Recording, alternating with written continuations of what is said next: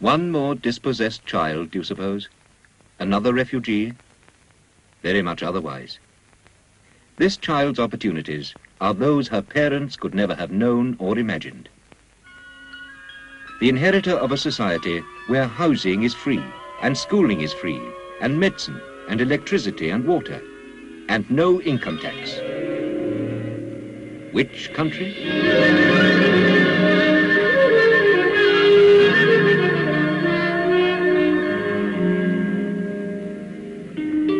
This is the classical desert. Endless vistas of emptiness. A desolation of sand, salt flats, and sun.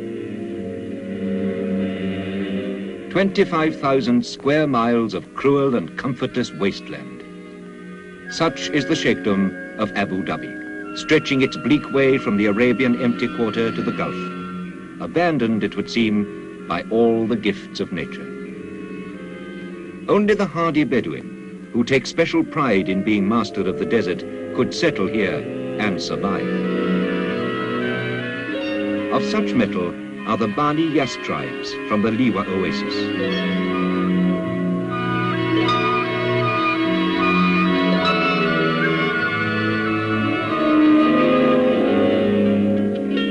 More than 2 centuries ago, in 1761, their ancestors discovered a well on Abu Dhabi Island. And there they built the first huts of what was to become the country's capital. And indeed, until very recent times, the inhabitants of Abu Dhabi town were still living in homes of baked mud or brittle palm leaves.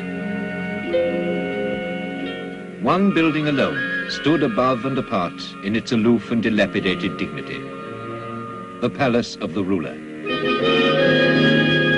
Sheikh Shakbut bin Sultan, the former ruler of Abu Dhabi, had granted concessions to various oil companies for exploration in his domain, but little had come of it. Before the discovery of oil, Abu Dhabi had existed tenuously on pearl fishing.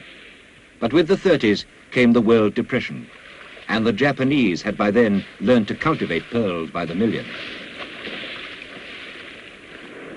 The Second World War was one more blow. The oil companies stopped their searching. Abu Dhabi, isolated on the rim of the desert no one wanted, sank into poverty and isolation.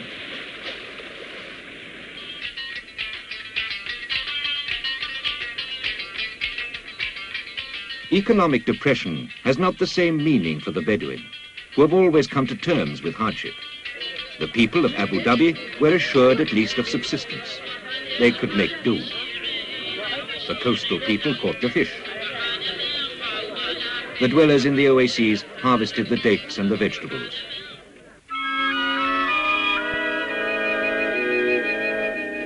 And between the oases and the towns moved the nomads with their flocks and herds, selling meat and milk.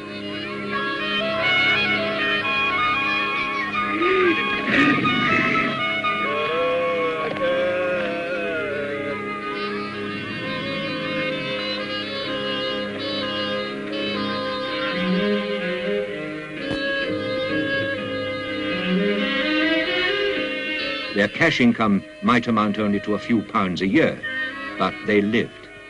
Nevertheless, such a living was tough and rigorous and exacting.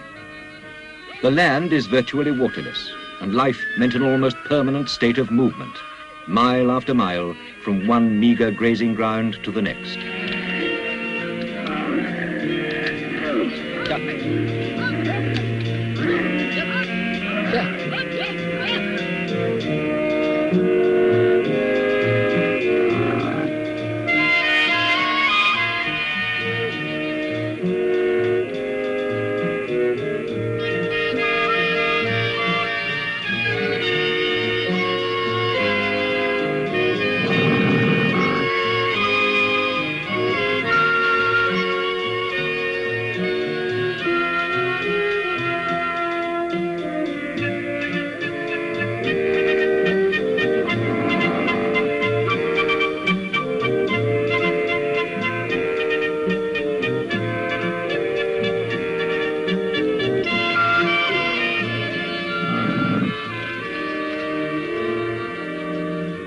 To the Bedou of the desert, with his ancestral memories of tribal traditions, an approaching stranger must always be identified and proved to be a friend. Only then will be exchanged the greetings, the salutations, and the passing on of news.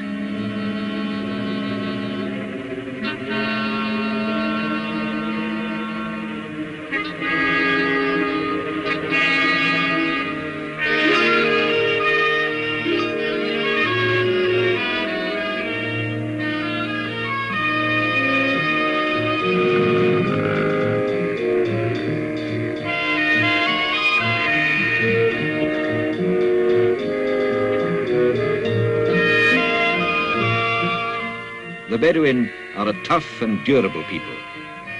It is their pride that they can survive where few others could. Their manner of life and even their costume have barely changed since the days of Abraham. Their folklore and their poetry are not of tranquil things, but of wars and gallantry, of loyalty, courage, and conquests.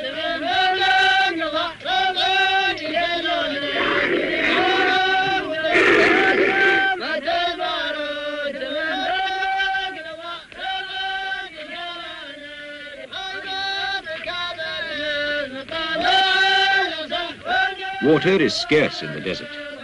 Out of necessity, they will cover hundreds of miles each year in search of grazing and water.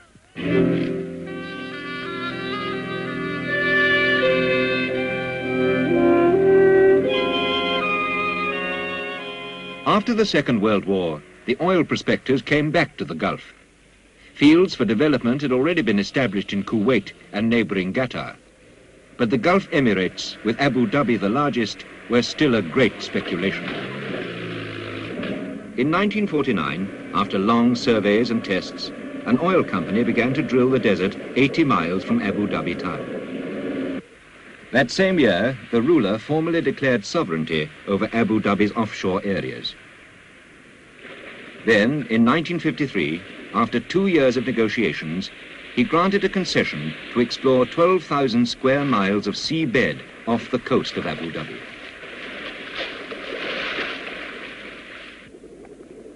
The experts probed the seabed, examining its composition. And then, after seismic and gravimetric surveys, the drillers chose their spot. They set up their base on a nearby island called Das.